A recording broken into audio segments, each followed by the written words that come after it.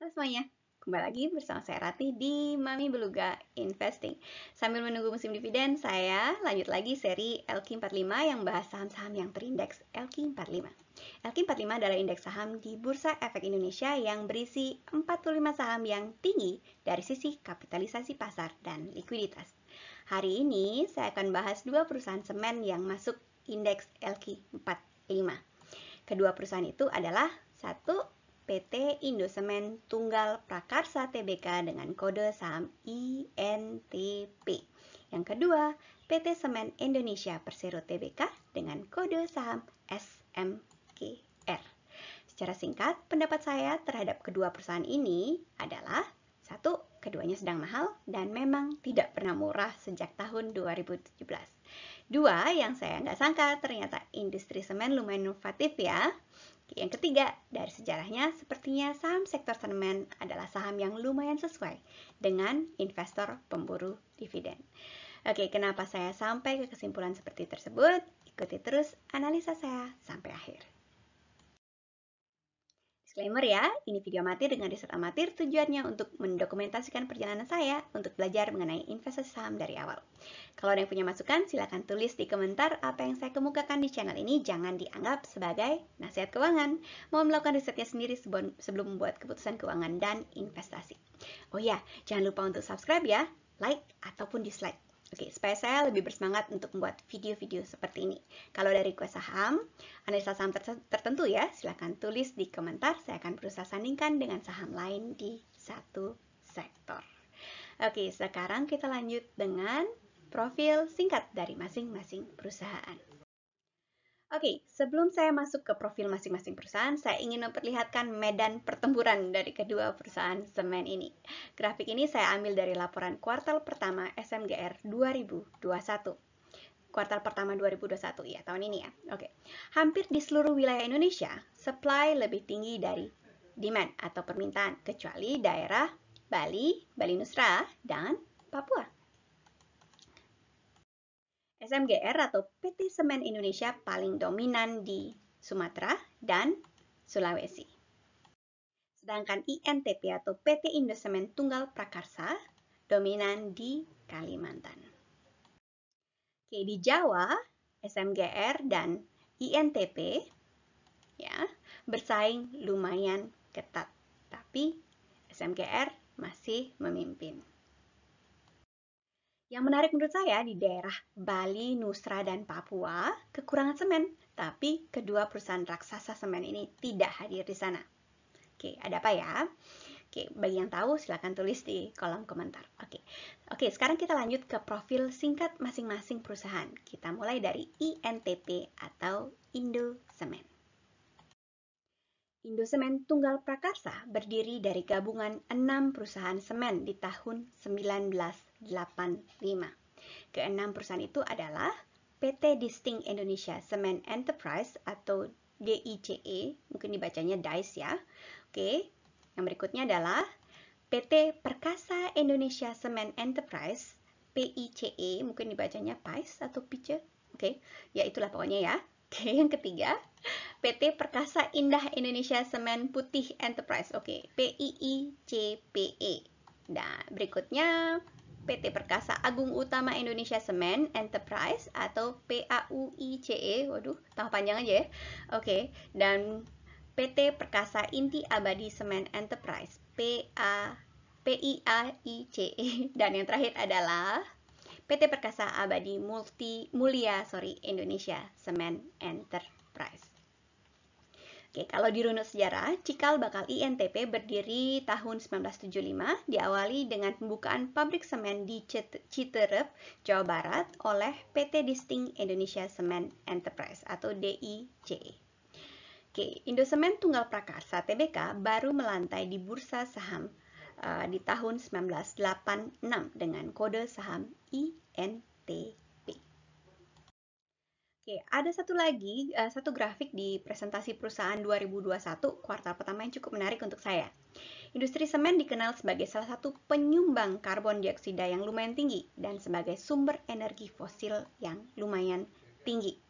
Grafik tersebut yang saya tampilkan lagi di sini, kita bisa lihat selama 5 tahun INTP terakhir, 5 tahun terakhir ini, INTP berusaha mengganti sumber energinya dari fosil ke sumber energi alternatif. Kita bisa lihat persentase sumber energi fosil berkurang selama 6 tahun belakangan ini. Tapi sayangnya tidak dijelaskan sumber energinya dari mana. Kalau misalnya dari bioetanol gitu ya, kemungkinan masih menyumbang banyak emisi karbon dioksida juga. Oke, tapi ya tetap saya rasa ini langkah yang bagus, terutama ini adalah bentuk investasi untuk lingkungan yang lebih baik bagi generasi masa depan. Oke, lanjut ya. Oke, sekarang ke satunya lagi, yaitu PT Semen Indonesia Persero, TBK. Dia berdiri di tahun 1957 dengan nama PT Semen Gresik. Oke, PT Semen Gresik TBK. Dan sepertinya itu alasan kode sahamnya jadi SMGR, yaitu warisan dari nama Semen Gresik. SMGR mulai diperdagangkan di bursa saham tahun 1999. SMGR memakai logo baru yaitu SIG dari tahun 2020 yang konon mewakili semangat sustainability. SMGR selain produsen semen, selain memproduksi semen ya, sekarang telah berkembang menjadi perusahaan holding.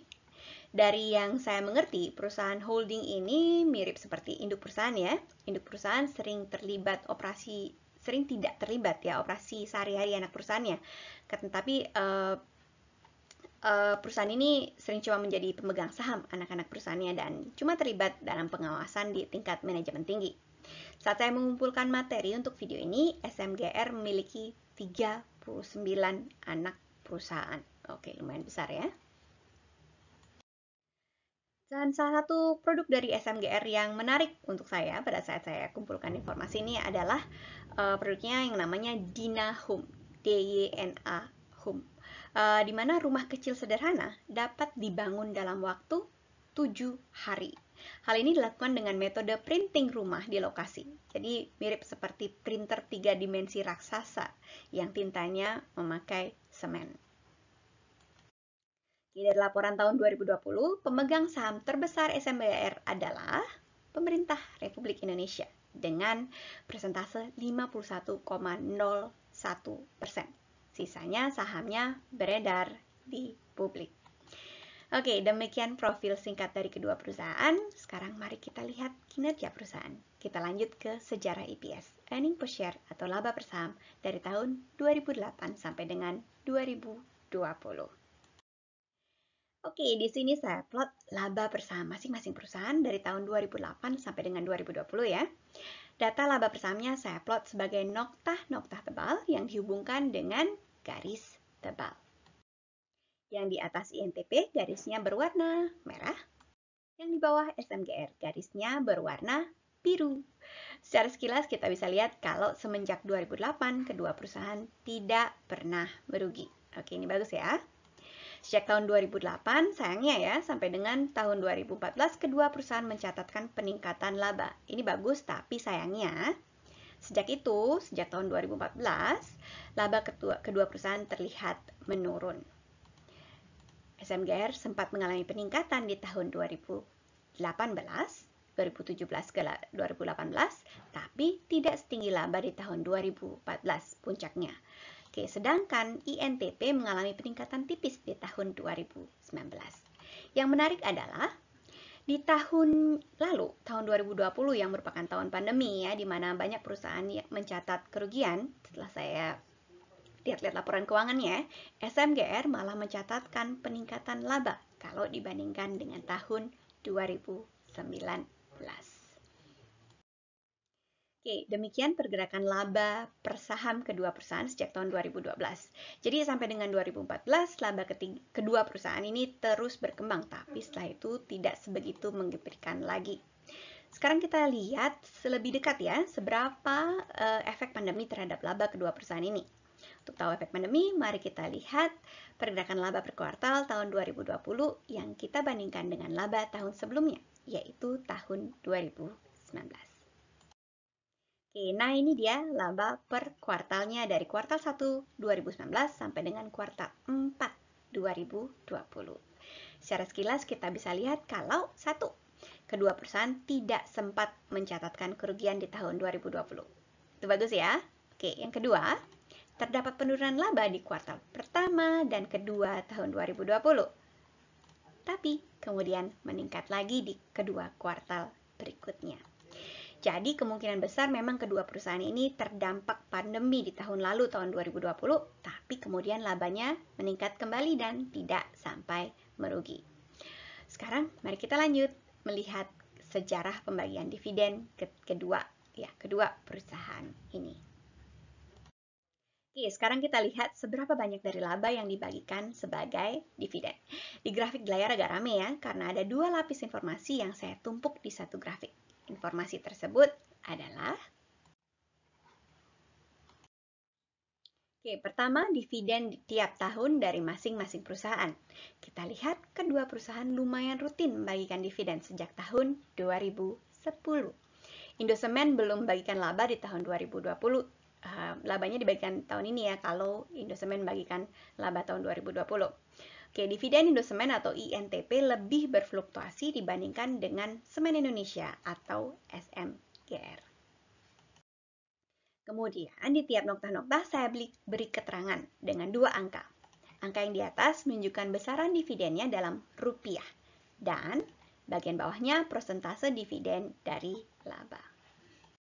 Sebagai pembanding, saya juga plot laba per saham sebagai garis tipis. Dari perbandingan ini, kita bisa lihat ya, seberapa banyak bagian dari laba dibagikan kepada pemilik sebagai dividen. Kita lihat, Semen Indonesia cukup konservatif dalam pembagian dividen.